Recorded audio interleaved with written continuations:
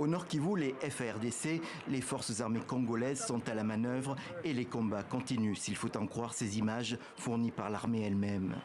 Nous sommes à Tchanzu, non loin des frontières du Rwanda et de l'Ouganda, un point chaud des affrontements avec les rebelles du M23 cette semaine.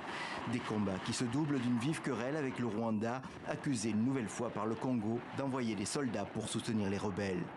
Le Rwanda a déployé dans les environs de Tchanzu 500 militaires des forces spéciales, tous habillés d'une nouvelle tenue de couleur vert-noir et coiffés des casques de sa force spéciale. Une affirmation rejetée une nouvelle fois par les autorités rwandaises. Nous n'avons aucun intérêt dans une crise et ne répondrons pas à des accusations sans fondement.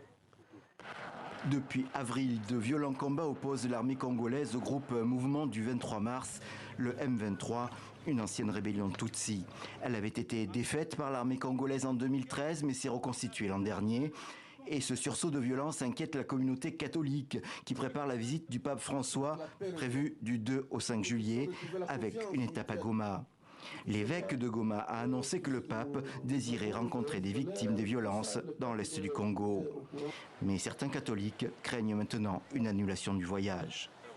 On est tellement inquiets par le fait que les combats ont repris. Pourtant, il y avait déjà un peu d'accalmie. On comprend que les affrontements ont repris. On a tendance à croire qu'ils n'ont que comme mission empêcher l'arrivée du pape. En attendant le pape, l'Église catholique a annoncé en début de semaine qu'elle organisera une marche le 30 juin pour soutenir les FARDC, prier pour les victimes de la guerre et compatir avec leurs familles.